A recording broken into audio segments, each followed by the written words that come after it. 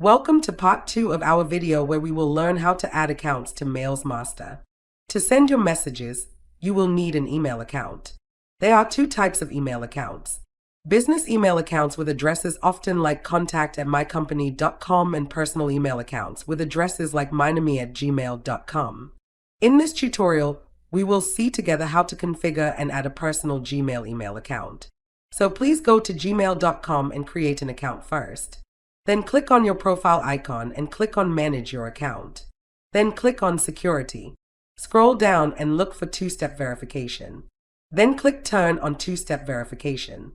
Once two-step verification is enabled, return to Security. In the Search in Account field, type app passwords.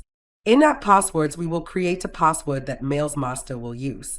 So enter the name of the application and click Create. Then please copy the generated password. Then go back to Mails Master. Click Accounts. Then click Add Account.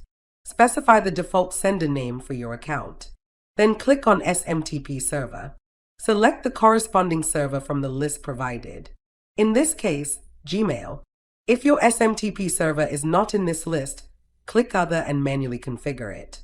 In our case, our server is in the list, so we'll select Gmail. In email address, please insert your account email address. In the password field, we will insert the application password that we previously generated and copied. Then click Confirm. We have now added our SMTP account. The new SMTP account appears at the top of the list. To activate it, click this button and select the account you just added. This is the account that will now be used for our email sending. This concludes part 2 of our video. Join part 3 for the rest.